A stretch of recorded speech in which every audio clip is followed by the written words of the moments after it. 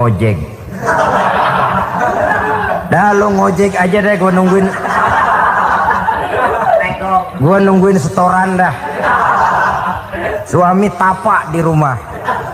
Saudara hadirin yang saya muliakan, buat sepintas memang mendatangkan materi itu mengatasi kesulitan ekonomi, tapi apakah bahagia? Walaupun rumah bisa jadi besar, perabotan bisa serba lebih lengkap dan ada, tapi apakah semuanya mendatangkan bahagia? Sementara suami kehilangan rasa cemburunya, dan dalam agama itu disebut dayus.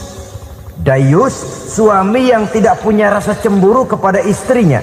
Dan orang dayus kayak begitu haram mendapat bau sorga. Bau sorga saja tidak dapat, apalagi masuk ke dalamnya. Ya tapi juga jangan lantas mentang-mentang harus cemburu sama istri, overacting. Suaminya nawar sayuran, laki pulang ngomel, lu pacaran ya sama tukang sayur. Itu juga over, saudara-saudara. Kesulitan ekonomi diatasi dengan sabar. Sabar dalam arti berusaha dengan tidak mengambil jalan pintas, berusaha tetap berada di jalan yang diridhoi oleh Allah. Ini yang jadi problema ini rumah tangga sekarang ini, kesulitan ekonomi, di mana lapangan kerja sulit, di mana persaingan hidup tajam, sedangkan kita hidup ingin seperti orang lain. Kita mudah gelap mata, mudah picik pandangan, mudah sulit pertimbangan, lalu mengambil jalan pintas. Kadang menjual akidah, menjual keimanan. Kebetulan pendaringan kering, ada yang nawarin beras 3 liter sama supermi 2 bungkus. Hari Minggu diajak ke gereja mau. Itu iman kena beras 3 liter telap. Kesulitan ekonomi, saudara-saudara, sehingga Imam Ali pernah berkata, kadal fakru ayyakuna kufron. Kemiskinan memang mudah membawa orang kepada kekafiran, kepada perbuatan-perbuatan yang bisa mengundang kekafiran. Oleh karena itu dalam tamsil lain beliau berkata, kalau ada ular dan ada kemiskinan, kemiskinan yang saya getok lebih dulu, kemiskinan yang saya bunuh lebih dahulu. Karena kemiskinan mudah membawa orang kepada kekufuran. Bagaimanapun sulitnya ekonomi yang dihadapi dalam rumah tangga, percayalah satu saat jalan keluarnya mesti ada. Mesti ada. Jangan sampai mengambil jalan pintas yang membuat kita keluar dari jalan yang ditinjau dari segi kemasyarakatan pun mendatangkan aib, ditinjau dari kehormatan berkeluarga pun mendatangkan nista, ditinjau dari segi ekonomi pun barangkali tidak akan mendatangkan kelimpahan materi. Jalan pintas pada umumnya, saudara-saudara, hanya memberikan kenikmatan yang sekejap. Dan apalah itu artinya kalau harus mengorbankan kesenangan yang abadi dan kekal. Kadang-kadang mengorbankan anaknya sendiri, anaknya dikomersilkan. Pokoknya siapa yang nyamper lu berangkat aja dah. Asal pulang nenteng pisang sama jeruk sebongsang, orang tua udah anteng aja udah. Saudara hadirin yang saya muliakan, setiap kita selalu berhadapan dengan kesulitan. Karena itu rumah tangga yang bertujuan mencapai mardhatillah, mereka sabar dalam menghadapi kesulitan.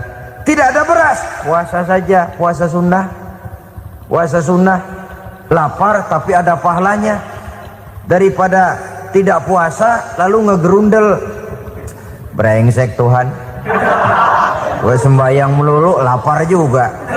Sudah lapar tidak berpahala. Bukankah Rasulullah sendiri kalau pulang ke rumah Aisyah lalu berkata, ya Humairah, ada makanan hari ini? Ada makanan yang enggak ada bang. Alhamdulillah, kalau begitu saya puasa. Pulang dari mana-mana, perut lapar, mau makan tidak ada makanan, bukan marah, bukan ngamuk, puasa. Maka boleh puasa sunnah, niatnya udah siang, jam 10, jam 11, asal dari pagi belum makan apa-apa. Niatnya jam 10, sah, dengan catatan dari pagi belum makan apa-apa. Jangan sudah sepiring setengah baru niat, itu lain. Itu ngojek namanya itu. Pengertian dalam kesulitan. Satu malam beliau pulang dari masjid agak larut. Habis ngajar banyak yang bertanya. Ketuk pintu, Assalamualaikum. Assalamualaikum. 3 kali beliau memberi salam, tidak ada jawaban, tidak dibukakan pintu. Rupanya istri beliau lelah bekerja di waktu siang, tidurnya pules benar. Marahkah Rasul? Tidak. Beliau gelar sorban, tidur di depan pintu. Asraful anbiya wal mursalin ini, Rasul termulia ini, karena menghargai istrinya, tidur di depan pintu. Sampai Aisyah bangun sepertiga malam, terkejut buka pintu, suaminya ada di depan pintu. Beliau bangunkan. Ketika dibangunkan, Rasul lebih dulu berkata, maaf sayang, saya pulang terlambat. Sudah nggak dibukain pintu, tidur di depan, dibangunin, beliau duluan yang minta maaf. Pengertian. Kalau emosi, memang nggak dibukain pintu, tidur di depan. Begitu dibukain, yang enak kita tunjuk jidatnya.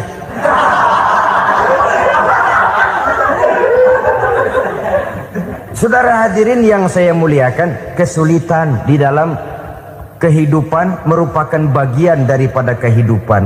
Bukan untuk ditakuti, tapi untuk diatasi. Bukan untuk dihindarkan, tapi dicarikan jalan keluarnya. Hadapilah kesulitan dengan baik sangka kepada Allah, dengan lapang dada, dan dengan tetap bersabar menghadapinya. Kenapa? Karena tujuan kita mendirikan rumah tangga, mencapai ridho Allah. Kalau anak kita perjualbelikan, kalau istri kita komersilkan, kalau akidah kita jual untuk mempertahankan rumah tangga, bukankah makin jauh saja rumah tangga itu dari ridho Allah? Ini tujuan utamanya. Yang ketiga, rumah tangga yang bertujuan mardotillah itu, suami istri yang merupakan fondasi di rumah tangga, suami sebagai pemimpin, istri sebagai pembina, selalu musyawarah dalam menyelesaikan persoalan. Walaupun istri ditakdirkan sebagai pemimpin dan suami sebagai pemimpin dan istri yang dipimpin, tapi agama menganjurkan musyawarah. Jangan mentang-mentang istri nyari duit, suami nyari duit, lalu menteleng. Segalanya mau diktator, segalanya mau sendiri. Rumah tangga yang bertujuan mencapai ridho Allah selalu didirikan atas dasar musyawarah. Sehingga apabila sesuatu itu dihasilkan dari suasana musyawarah, tidak akan melahirkan penyesalan di belakang hari. Kalau tidak, berjalan menurut seleranya masing-masing, belakangan timbul penyesalan, akhirnya main salah menyalahkan. Kalau sudah saling salah menyalahkan, itu artinya sudah saling mengungkit kekurangan masing-masing. Akibatnya tidak ada lagi saling menghargai. Jadi dengan demikian musyawarah di dalam menyelesaikan persoalan. Menghadapi kesulitan ekonomi, musyawarah. Menghadapi kenakalan anak, musyawarah. Akan membeli ini dan itu, sebaiknya juga musyawarah. Kalau merupakan hasil musyawarah, maka saudara-saudara hasilnya pun akan dihadapi oleh bersama. Enak rasakan bersama, tidak enak rasakan bersama. Kenapa? Tadinya musyawarahnya bersama-sama juga. Lah kalau hasil sendirian, giliran enak mungkin yang satu mau ikut, giliran tidak enak yang satu nuding. Gua kata juga apa? Kan begitu akibatnya kalau tidak berdasarkan musyawarah lebih dahulu. Maka insya Allah hasil musyawarah ini setidaknya tidak akan mendatangkan sesalan di belakang hari nantinya. Saudara-saudara kaum muslimin rahimakumullah. Ciri yang keempat, sepasang suami istri yang bertujuan mencapai ridho Allah dalam upaya mencapai rumah tangga bahagia itu tawakal apabila mempunyai rencana. Tawakal berserah diri kepada Allah. Bukan berserah diri dalam artian mutlak yang mengarah kepada fatalism atau predestination. Kita sering mengartikan tawakal secara salah. Belum apa-apa sudah menyerahkan diri kepada Allah. Emang semuanya terjadi menurut maunya Allah dah. Gak usah ngapa-ngapain, bagaimana Tuhan aja dah. Lapar juga nggak usah makan, kalau takdirnya kenyang pan kenyang. Ya udah lapar terus kita. Makan dulu perkara nanti kenyang apa tidak, itu baru tawakal. Kalau sakit ke dokter, soal sembuh atau tidak baru tawakal. Artinya usaha itu ada. Setelah suami berusaha, istri berusaha, selebihnya tawakal. Apa perlunya tawakal? Apabila berhasil tidak lupa daratan, apabila berhasil tidak lupa diri, apabila gagal tidak putus asa. Sehingga dengan demikian dari tawakal ini lahirlah pondasi yang kokoh membina rumah tangga yang bahagia dalam upaya mencapai keridhaan daripada Allah Subhanahu wa taala. Apapun yang kita laksanakan di rumah tangga, tujuan intinya tetap untuk mencapai keridhaan Allah. Beli kendaraan untuk mencapai ridho Allah, lalu dipakai ngaji, dipakai ke masjid dan sebagainya. Beli peralatan rumah tangga untuk mencapai ridho Allah. Mendidik anak untuk mencapai ridho Allah. Membantu keluarga untuk mencapai ridho Allah. Dan begitu selanjutnya. Tawakal apabila mempunyai rencana. Kemudian cirinya yang kelima, suami istri yang bertujuan mencapai ridho Allah selalu mempererat silaturahmi. Sebab seperti sudah saya sampaikan pada pertemuan terdahulu, dalam berumah tangga itu ada orang tua, ada mertua. Itu cuma perbedaan istilah, tapi hakikatnya adalah sama. Jangan karena perbedaan istilah lalu menyebabkan kita berbeda sikap. Kalau sudah berbeda sikap, tentu akan melahirkan perasaan yang tidak simpatik. Sebaiknya suami istri kalau sudah berumah tangga, jadikanlah orang tua tempat cerita yang enak saja. Yang tidak enak telan berdua, yang pahit rasakan berdua, kesusahan dan kesulitan atasi berdua. Giliran enak ngomong sama orang tua, giliran senang cerita sama mertua. Sekarang kan kita balik, kalau lagi senang duitnya banyak, anteng di rumah, kalem aja. Tapi lalu waktu susah, Pak, waktu susah, Ma, cerita kepada orang tuanya, cerita kepada mertuanya. Lalu kapan kita mau menyenangkan orang tua? Sudahlah mereka susah mendidik kita di waktu kecil, membesarkan kita, melakukan segala macam pengorbanan. Demi setelah kita berumah tangga, kesulitan rumah tangga kita tumpahkan juga kepada mereka. Pererat silaturahmi dan usahakan agar seluruh keluarga hanya menjadi tempat kita cerita yang enak-enak saja. Istilah sehari-harinya, kalau di rumah kita makan sama sayur bayam, keluar rumah diem, malah seluitan. Tetangga tanya, lu makan kayaknya enak banget apa sih? Daging ayam.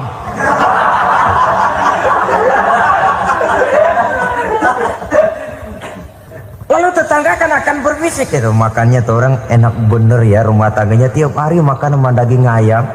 Biarlah paling kurang itu jadi doa, daripada kita makan sama kangkung lalu ribut ngomel di mana-mana. Gua kesel banget sama bini gua. Di warung ceritanya lagi.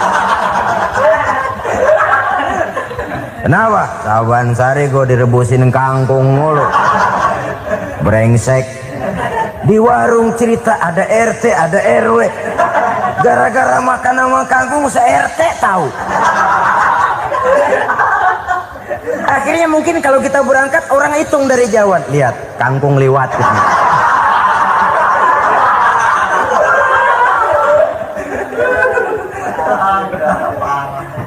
Bisa menjaga yang disebut security informasi, rahasia rumah tangga. Bahkan pernah saya berikan contoh karena ingin menghargai. Suami beliin kain batik buat istrinya. Istri tahu begitu sepintas, nih kain jelek nih. Tapi karena mau menyenangkan suaminya, dia bohong. Bagaimana Bu, kain yang Bapak beliin? Aduh, bagus bener Pak. Bagus sekali itu kain. Warnanya Pak emang yang model begitu tuh. Tetangga kita mana ada yang pakai kain begitu Pak? Ya emang nggak ada, jelek.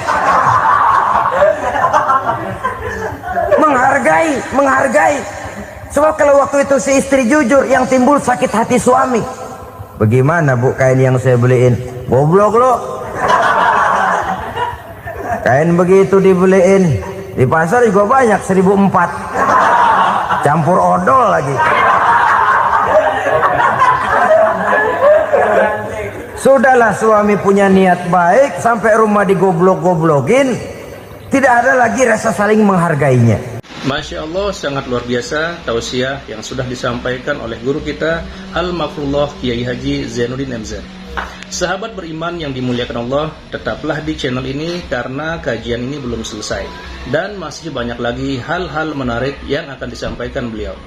Selamat mendengarkan. Begitu pentingnya mempererat silaturahmi ini sampai Nabi berpesan, isnani la yanzurullahu ilaihima yaumal qiyamah qati'ur rahim wa jarus su'. Ada dua golongan manusia yang di akhirat nanti tidak akan dilihat oleh Allah, tidak akan diopeni oleh Allah, didiemin aja. Siapa mereka? Pertama, orang yang suka memutuskan silaturahmi. Yang kedua, tetangga yang jahat dengan tetangganya. Dua golongan manusia ini, pemutus silaturahmi, kemudian juga tetangga yang jahat dengan tetangganya, ini tidak akan dipandang oleh Allah di hari akhirat nanti. Jadi pererat silaturahmi, sebab kita ini zon politiken, makhluk yang bermasyarakat, yang tidak bisa hidup sendirian. Setiap kita memerlukan orang lain. Kita disebut kaya karena ada yang miskin, kita disebut alim karena ada yang awam, kita disebut berkuasa karena ada rakyat jelata. Tanpa rakyat tidak ada penguasa, tanpa yang miskin tidak ada orang kaya. Kalau tidak ada yang jelek, siapa yang bilang cakep? Karena ngimbangi. Saudara hadirin, atas dasar ini mestinya kita selalu bersyukur dalam segala posisi, tidak lalu salah terima kepada karunia yang diberikan Allah kepada kita. Saudara hadirin yang saya hormati, pererat silaturahmi, jadikan orang-orang tua kita tempat kita cerita yang enak-enak saja. Yang tidak enak, telan sendiri, usahakan sendiri, carikan jalan keluarnya sendiri. Setidaknya ya diam sajalah. Kalau belum bisa membalas budi baik orang tua, setidaknya jangan menyakiti hati orang tua kita. Sudah lelah dan payah dia mengasuh kita, membesarkan kita, merawat kita. Demi setelah kita berumah tangga, seluruh kesulitan kita bawa lagi kepadanya.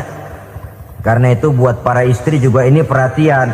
Kalau dimarahi suami, jangan cepat-cepat pulang ke rumah orang tuanya. Nggak boleh diomelin dikit, main buntal aja. Gua pulang dah. Pulang. Sampai sana cerita habis-habisan, dikucek kejelekan suaminya. Nanti 2-3 hari balik aja lagi. Kan nggak lucu jadinya.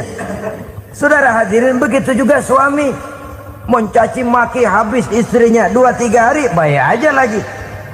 Konyol, istrinya sudah dicaci maki habis-habisan, dijeleki leluhur-leluhurnya, 2-3 hari baik lagi, mesraan lagi. Kata bininya dalam hati, gua lu jelekin juga, lu pakai juga, payah.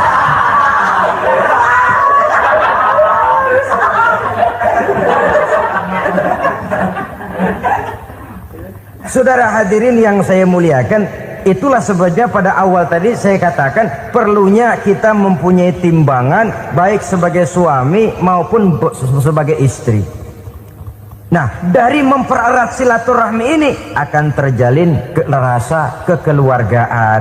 Maka tradisi arisan keluarga itu bagus sesungguhnya untuk mempererat silaturahmi. Cuma celakanya bukan silaturahmi yang jadi tujuan, arisannya itu yang jadi tujuan. Akibatnya apa? Kalau belum narik mah semangat banget datang dah. Begitu udah narik aja udahan. Itu celakanya. Akhirnya silaturahminya jadi nomor 2, arisan semata-mata yang menjadi tujuan. Sesungguhnya itu bagus untuk mempererat silaturahmi. Karena kalau kita dengan kita sesama saudara sudah tidak saling mau mengenal, bagaimana dengan anak-anak kita? Bagaimana dengan cucu-cucu kita? 2-3 generasi yang akan datang tentu akan lebih saling tidak mengenal lagi. Baiklah ya, yang keenam, suami istri yang bertujuan untuk mencapai keridhaan Allah itu selalu berusaha tolong menolong di dalam kebajikan.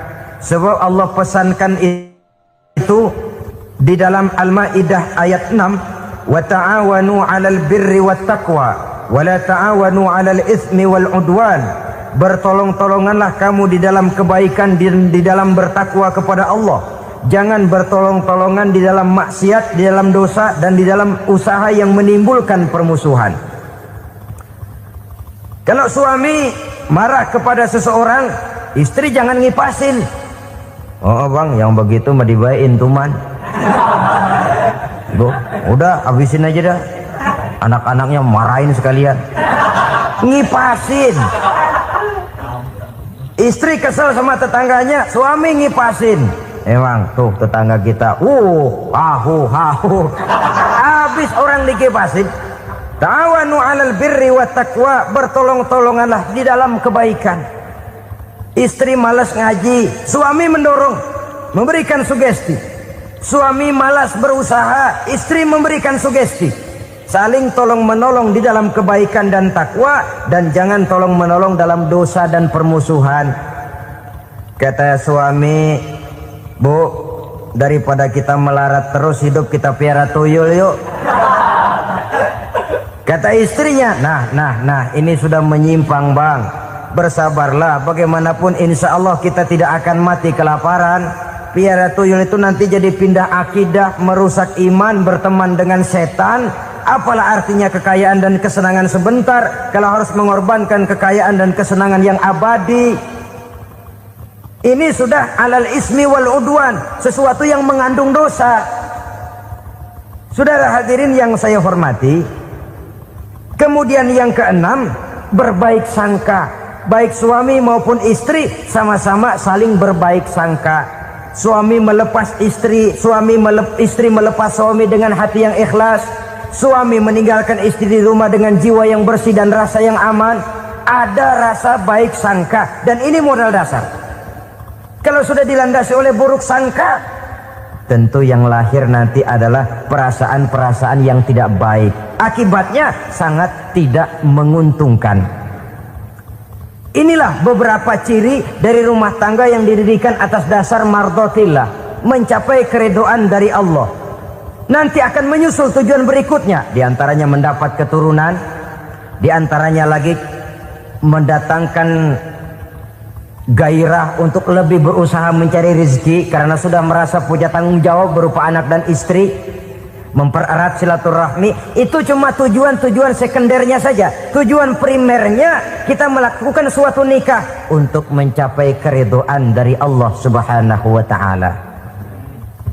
Silakan punya istri cantik, kaya, tapi tujuan utamanya kita membina rumah tangga untuk mencapai ridho dari Allah. Karena itu dasarnya mawaddatan warahmah. Jangan cuma cinta, tapi juga kasih sayang.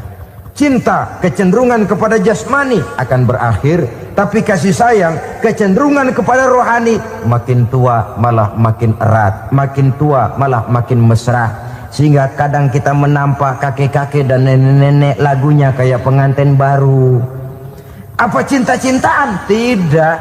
Bagaimana kakek-kakek sama nenek-nenek harus bilang I love you? Yang masih ada itu waktu itu mawaddah, kasih dan sayang. Itu yang akan kekal, itu yang akan abadi. Tanpa materi orang sulit untuk bahagia, tapi materi semata bukan jaminan orang untuk bahagia. Nah, ciri yang terakhir dari rumah tangga yang bertujuan mencapai ridho Allah, sinar agama kelihatan di dalamnya. Baik suami maupun istri sama-sama orang yang taat melaksanakan ajaran agama. Saudara, mudah-mudahan walaupun singkat dapat menjadi sumbangan moral dalam kita mewujudkan rumah tangga yang bahagia menurut contoh yang diberikan oleh Rasulullah Sallallahu Alaihi Wasallam. Terima kasih atas perhatian saudara. Mohon maaf atas segala kekurangan. Usikum wa nafsi bitaqwallah. Wassalamualaikum warahmatullahi wabarakatuh.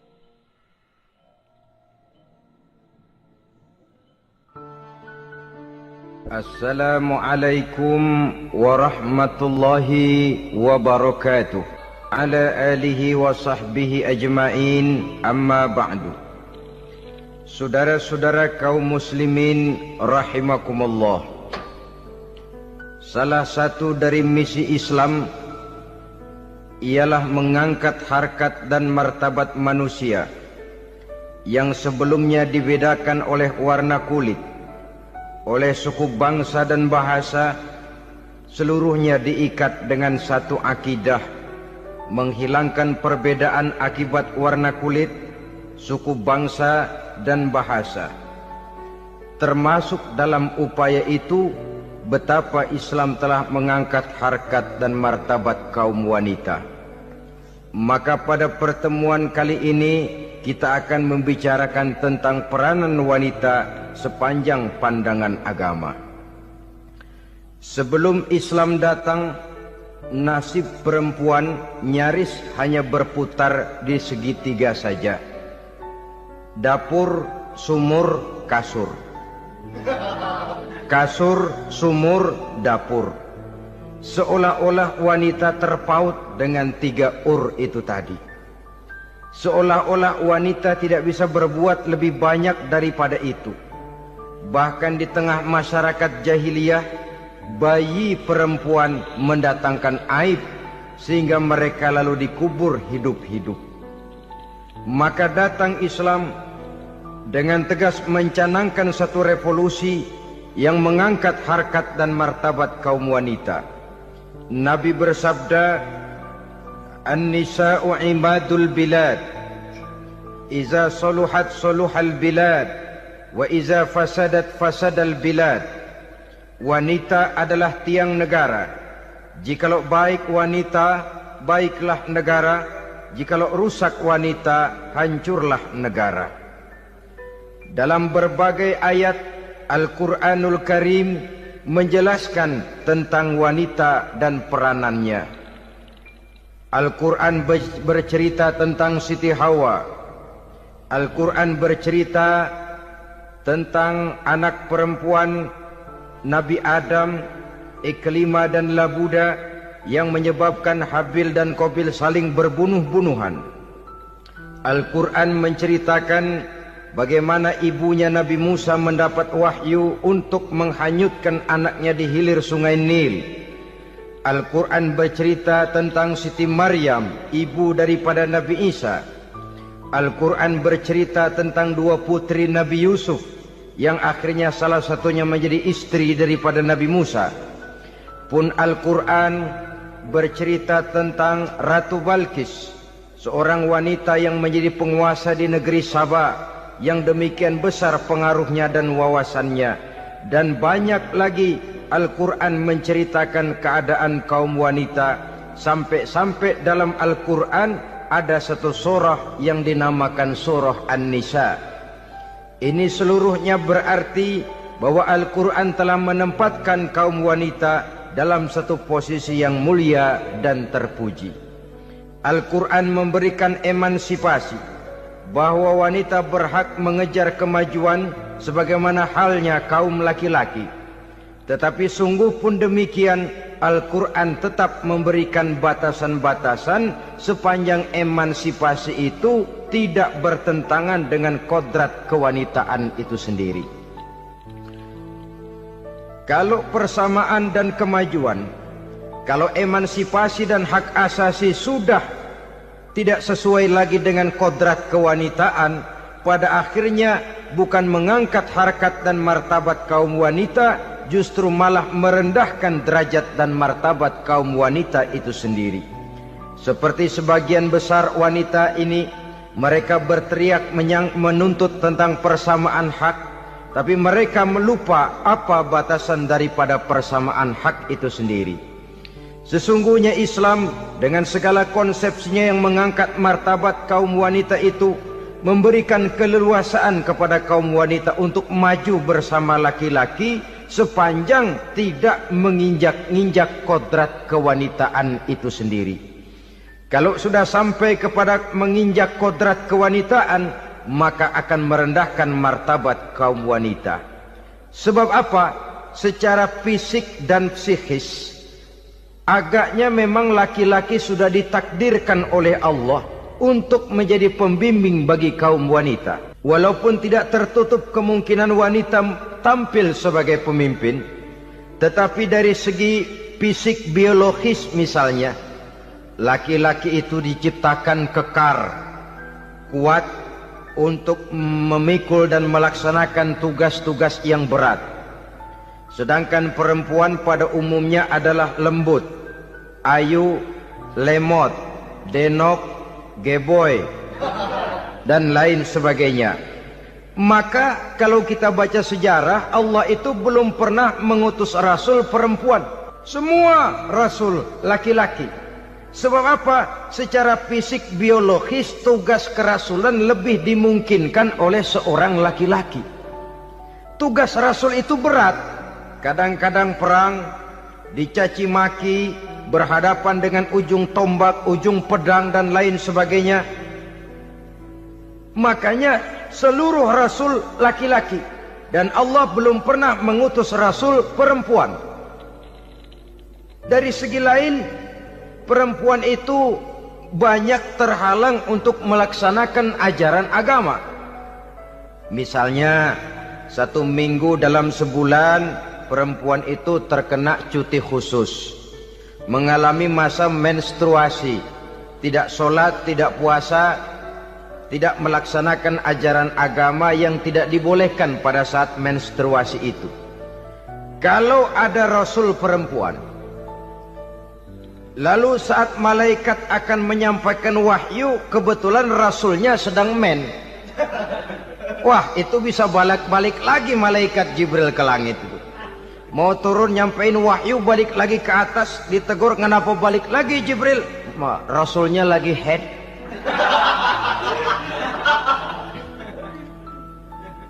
Atau pada saat agama dalam bahaya, agama dalam hinaan, agama dalam ancaman, rasulnya perempuan kebetulan sedang hamil besar. Apa lalu perang ditunda? Pengumuman perang ditunda saja sampai rasul melahirkan.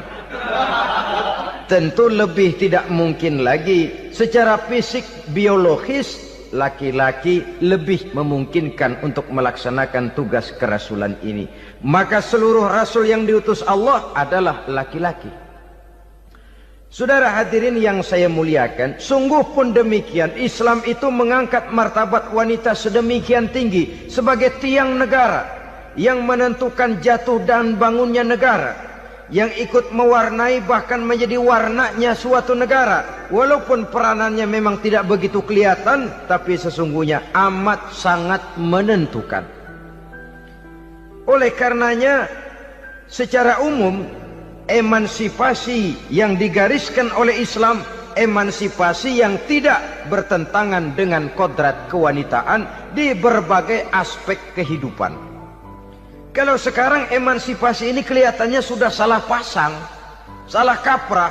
Bahkan belum lama kita menyaksikan bagaimana ada binaragawati. Di zaman sekarang perempuan sudah mulai angkat besi. Saya mulai mikir kalau perempuan sudah pada angkat besi, ini sudah tanda suaminya udah dekat dibanting-bantingin ini. Tahun-tahun mendatang mungkin akan menyusul perempuan mulai narik becak.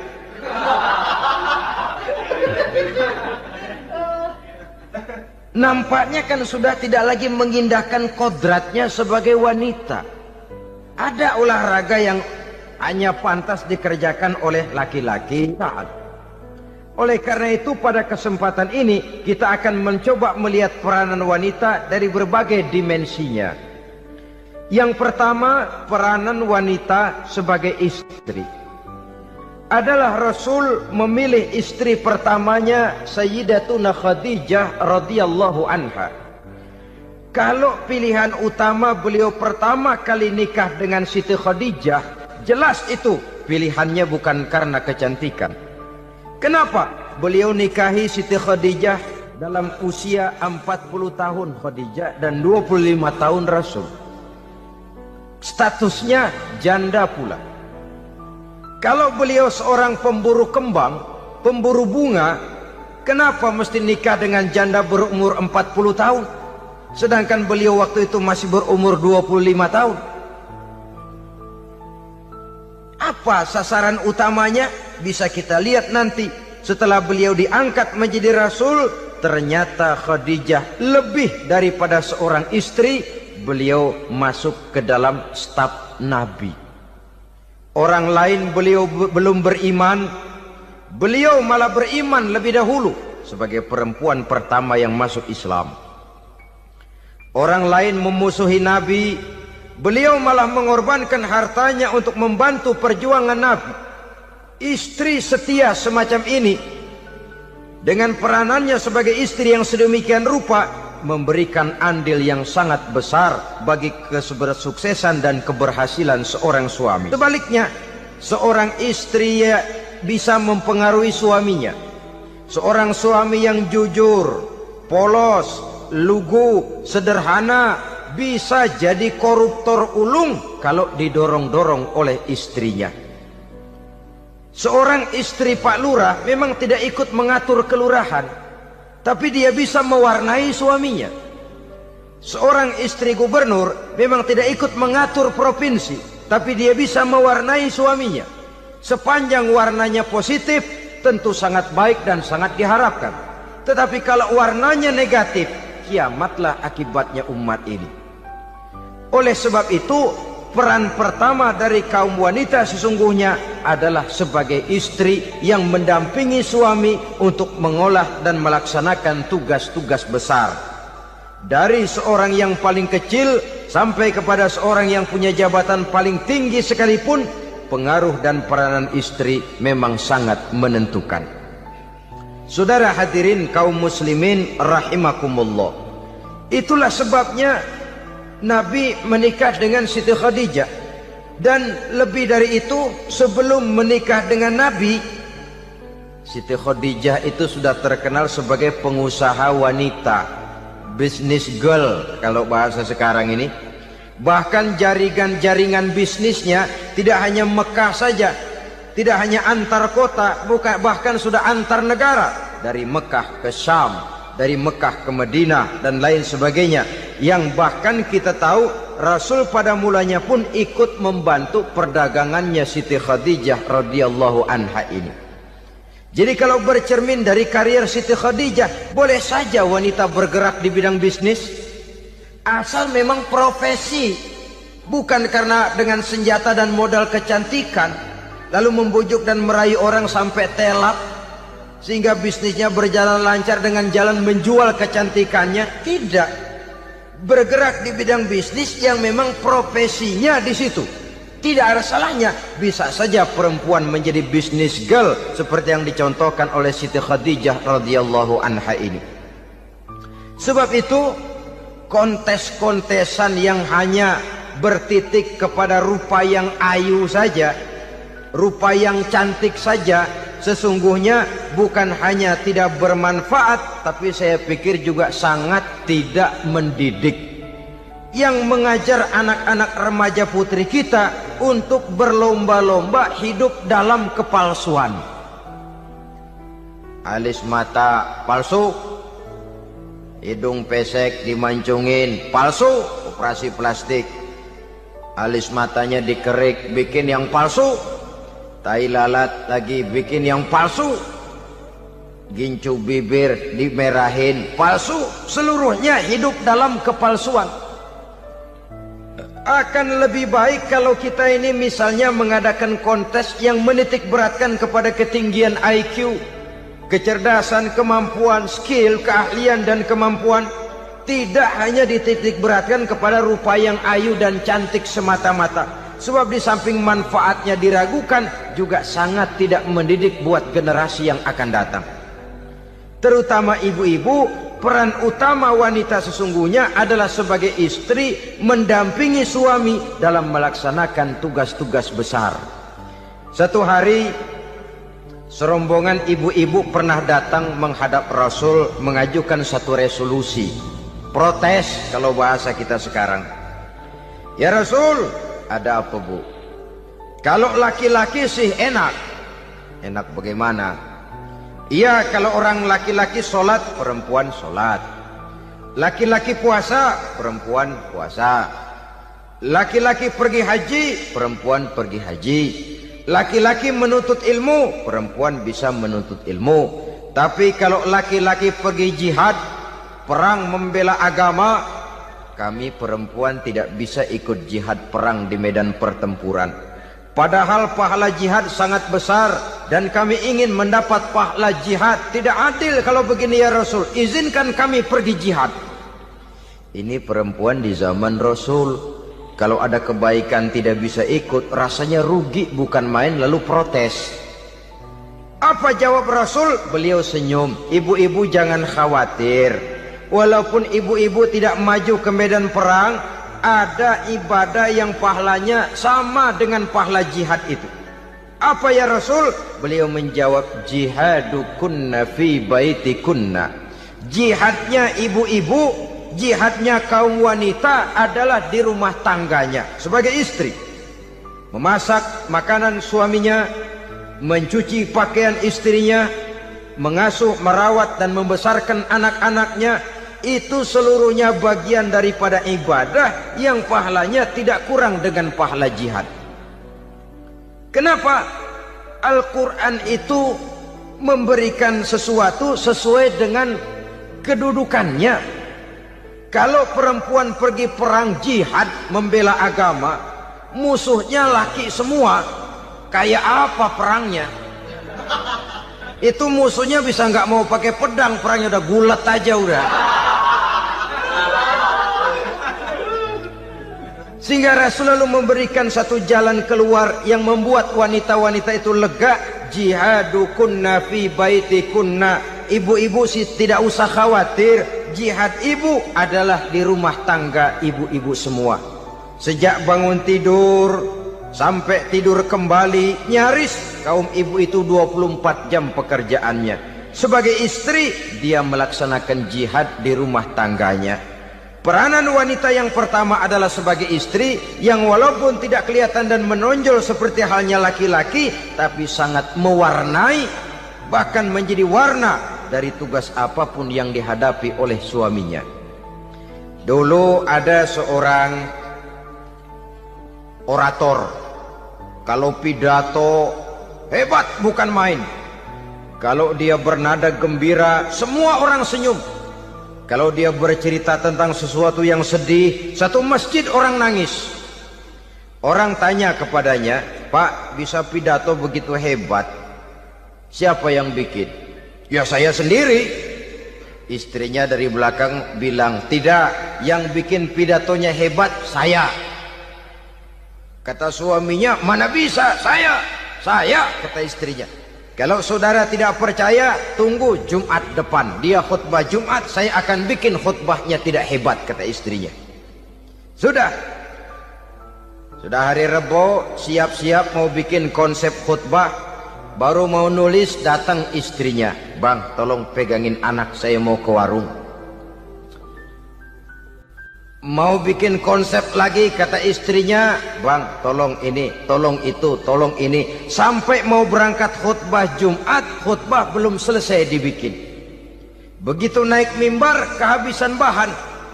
Sudah 10 menit masih ama ba'du, ama ba'du, ama ba'du.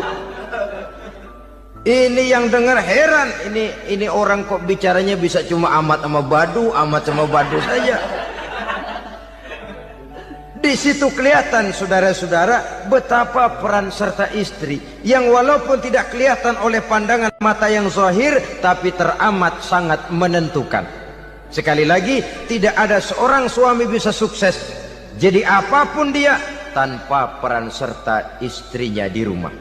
Tidak ada kemajuan yang bisa diperoleh kalau tidak karena peran serta istrinya di rumah. Tidak ada kesuksesan yang bisa diraih tanpa keikutsertaan daripada istrinya di rumah. Walaupun suaminya yang dikenal orang, suaminya yang dipuji orang, suaminya yang disanjung orang, bagian besar tetaplah saham dan andil daripada istrinya yang di rumah itu. Ini makna an-nisa imadul bilad. Wanita adalah tiang negara. Jikalau baik wanita, baik negara. Jikalau rusak wanita, hancur negara. Karena wanita, negeri Sabah menjadi terkenal tentram, aman, wawasan politiknya luas. Seorang semacam Cleopatra bisa menaklukkan Julius Caesar. Dan begitu selanjutnya. Banyak cerita-cerita betapa wanita yang berperan di belakang layar ini bahkan bisa menggoyangkan negara. Bahkan yang paling dekat saja contoh dengan kita, Senator Gary Hart. Saudara masih dengar tentu itu. Betapa harus terpaksa mengundurkan diri dari pencalonan presiden Amerika karena kasusnya dengan Donna Rice itu, dengan hostess itu. Betapa di sini seorang perempuan atau seorang wanita sanggup membongkar seseorang yang punya masa depan ceria untuk menuju kursi kepresidenan dari suatu negara adidaya seperti Amerika, bisa gagal berantakan karena skandalnya itu. Apa penyebabnya? Wanita. Tapi wanita juga bisa menyebabkan menjadi cambuk majunya laki-laki. Wanita juga bisa menghancurkan dan mengubur laki-laki. Saudara hadirin yang saya muliakan, ia memang kelihatannya makhluk yang lemah, tapi di balik kelemahannya itu sesungguhnya dia bisa menelan laki-laki yang bagaimanapun besarnya. Saudara-saudara kaum muslimin rahimakumullah, terutama ibu-ibu yang saya hormati, jadi peranan yang pertama wanita sebagai seorang istri. Yang kedua, wanita sebagai ibu. Ini juga sangat besar pengaruhnya dalam membentuk generasi masa yang akan datang. Bapak, oleh karena kesibukan tugasnya tentu lebih banyak di luar rumah. Yang nyaris 24 jam di rumah itu ibu. Bagaimana dia merawat anaknya, bagaimana dia menaruh perhatian terhadap anaknya, bagaimana ia melimpahkan kasih sayang kepada anak-anaknya, akan membentuk kepribadian anak dan artinya membentuk generasi yang akan datang. Kalau seorang ibu sudah cuek-cuek saja kepada anaknya, padahal Quran mengatakan al-jannatu tahta aqdamil ummahat, surga di bawah telapak kaki ibu. Hadis ini bisa kita artikan macam-macam. Pertama, anak tidak akan mendapat kebahagiaan tanpa ridho daripada ibunya. Kedua, ibu adalah wanita agung yang harus ditaati. Ketiga, neraka atau surga anak bergantung kepada ibu, bagaimana dia mewarnai anak. Kalau ibunya cuek-cuek saja sama anaknya, dan sering jadi contoh klasik, kalau anak ayamnya beduk maghrib belum pulang, satu RT dicariin, hansip diundang, kalau perlu dan ramil dilaporin. Tapi kalau anak gadisnya jam 12 tengah malam belum pulang, ibu tenang saja Pak. Tidak tergerak dan tidak tertarik hatinya. Ya tentu tidak semua. Kalau sudah begitu, bukankah hakikatnya ibu sudah menciptakan neraka buat anaknya sendiri? Khalil Gibran dalam satu tamsil yang indah pernah mengatakan, kalau kita diberikan sebutir mutiara, sebutir intan, dan intan itu sebutirnya sebesar telur ayam, benda yang sangat langka dan berharga, tentu kita sayang intan atau mutiara itu.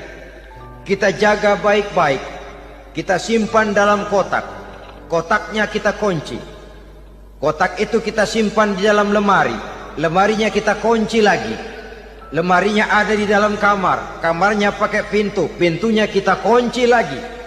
Kamar itu ada dalam rumah, rumahnya pakai pintu, dikunci lagi. Kemudian rumahnya pakai pintu gerbang besar, gerbangnya juga digembok lagi. Untuk menjaga intan itu jangan sampai hilang, begitu usaha kita berlapis-lapis. Dan intan itu sudah diberikan kepada kita, kata Khalil Gibran. Apa dia? Anak-anak yang diamanahkan Allah kepada kita. Itu intan-intan mahal, itu mutiara-mutiara pilihan yang dititipkan dan diamanahkan untuk kita jaga sebaik-baiknya. Haruskah dia sia-sia di tangan kita? Haruskah dia merana jatuh di tangan ibu yang tidak punya tanggung jawab? Saudara hadirin yang saya muliakan, oleh karenanya peranan sebagai ibu ini sangat menentukan bagi pembentukan generasi yang akan datang. Salah ibu mengarahkan anak, akan lahir generasi mendatang yang tidak kita harapkan. Sehingga Nabi bersabda, kullu mauludin yuladu 'alal fitrah fa abawaihi yuhawwidanihi au yunassiranihi au yumajjisani. Setiap bayi dilahirkan dalam keadaan suci. Setiap bayi dilahirkan dalam keadaan bersih, tidak punya dosa. Islam tidak mengenal dosa warisan. Semua saja bayi lahir dalam keadaan suci dan bersih. Kalau demikian lalu bagaimana? Kata Nabi, ibu bapaknya lah yang kelak akan menjadikan anak itu sebagai Yahudi, yang kelak menjadikan itu anak itu sebagai Nasrani, atau menjadikan anak itu sebagai Majusi. Ibu bapaknya yang mewarnai anak. Ibaratnya anak itu kertas putih, mau ditulis tinta hijau warnanya hijau, mau ditulis tinta merah warnanya merah, mau ditulis tinta hitam pun warnanya hitam. Oleh karena itu pembentukan anak yang soleh secara mental sesungguhnya sudah diwarnai oleh kebiasaan ibu bapak dalam pergaulan di rumah tangganya secara mental.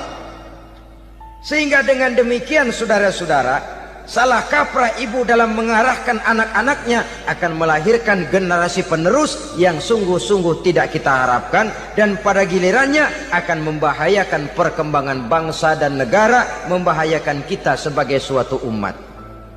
Apalagi sekarang ini masih banyak orang-orang muslim, orang-orang tua muslim yang kadang-kadang menyekolahkan anaknya di sekolah yang membahayakan akidahnya, mematikan imannya, menghancurkan tauhidnya. Pokoknya asal bonafid keluar sekolah ada jaminan lapangan kerja, perkara anak mau kafir mau murtad bukan urusan. Alangkah ironi dan sangat menyedihkan. Saudara-saudara yang saya hormati, jadi dari segi kaum wanita peranan ibu sangat besar. Dari segi anak, ketaatan kepada ibu, doa restu ibu akan membawa kepada kebahagiaan hidup. Doa ibu mustajabah, kutukan ibu manjur. Beberapa hikayat dan riwayat menjadi contoh dan tamsil buat kita betapa tidak ada satu kebahagiaan di dunia ini yang bisa ditegakkan tanpa doa restu daripada ibu. Pantas kalau dalam Al-Quran ada ummul kitab, ibunya atau induknya kitab. Tiap negara punya ibu kota, bapak kota tidak ada. Lalu lagi wawasan Nusantara disebut ibu pertiwi, bapak pertiwi kemana tahu.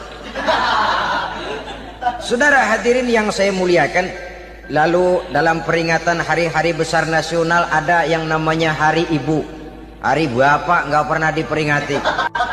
Ada Hari Ibu, dan ibu itu pun ada Ibu Kartini, ada Ibu Dewi Sartika, dan macam-macam lagi yang seluruhnya merupakan refleksi dan gambaran betapa peranan kaum wanita di dalam kehidupan ini yang memang banyak mewarnai dan menjadi warna dari suatu kegiatan. Saudara-saudara kaum muslimin rahimakumullah, apabila yang pertama tadi kita melihat peranan kaum wanita sebagai istri, betapa ia berpengaruh besar dalam ikut menunjang keberhasilan dan kesuksesan suaminya. Kemudian pada peranannya yang kedua, wanita sebagai ibu di rumah tangga, betapa ia ikut membentuk, mempengaruhi, mewarnai dan membimbing kepribadian anak sebagai generasi penerus. Maka pada peranan yang ketiga ini kita akan melihat wanita sebagai social agent, sebagai penggerak kegiatan sosial di berbagai bidang kehidupan. Apakah itu bernama majelis taklim, apakah itu bernama perkumpulan dan yayasan-yayasan kemanusiaan, organisasi-organisasi yang bergerak di bidang pendidikan. Bahkan di zaman sekarang bukan hanya menjadi penggerak sosial, bahkan sudah banyak kaum wanita yang menggerakkan satu bangsa. Dunia mengenal Margaret Thatcher, dunia mengenal Indira Gandhi, dunia mengenal Bandara Naike, dunia mengenal Corazon Aquino, dunia mengenal Golda Meir dulu itu dari Israel. Dunia mengenal Imelda Marcos yang ambisius, tapi yang kemudian melangkah kepada jalan yang negatif dari tujuan semula. Ini bukan hanya sekedar social agent, tapi bahkan sudah mengarah kepada menggerakkan dan mewarnai suatu bangsa. Islam membuka pintu ke arah itu. Wanita duduk dan berfungsi sebagai social agent, mengurus berbagai macam perkumpulan-perkumpulan yang bertujuan kepada kebajikan, menyantuni yatim piatu, memelihara kesehatan, menyayangi binatang, memelihara kelestarian lingkungan dan lain sebagainya. Islam membukakan pintu sepanjang peranan sebagai istri dan sebagai ibu tidak diabaikan. Ini sebab yang utama. Salah seorang perempuan, kaum wanita, kalau terlalu aktif berorganisasi, terlalu aktif bermasyarakat, terlalu aktif dalam berbagai macam perkumpulan, lalu melupakan tugas utamanya sebagai istri dari suaminya, sebagai ibu dari anak-anaknya. Ibu asik rapat sana, rapat sini. Anak tidak pernah diajak rapat, akhirnya si anak bikin perkumpulan sendiri, rapat menurut versi mereka. Sehingga akibatnya yang timbul anak merasa kurang diperhatikan oleh ibunya. Ngaji bagus, tapi kalau sepanjang hari ngaji saja, suami pulang mau makan tidak ada makanan, mau berganti pakaian belum lagi diteriskan pakaiannya, tentu ini melupakan fungsi yang utama. Kegiatan sosial, kegiatan di organisasi adalah jadwal kegiatan setelah fungsi sebagai istri dari suami, sebagai ibu dari anak-anak dilaksanakan dengan sebaik-baiknya. Bukan tidak baik ngaji, kalau dari ngaji ke ngaji saja. Bangun tidur ngaji, jam 7 ngaji, berangkat jam 11. Sholat zuhur berangkat ngaji lagi, pulang sore, malam ngaji lagi. Suami tidak terurus, anak-anak pun terbengkalai, rusaklah rumah tangga. Dan bukankah satu bangsa terdiri dari satu tatanan masyarakat, dan tatanan masyarakat yang paling kecil bernama keluarga.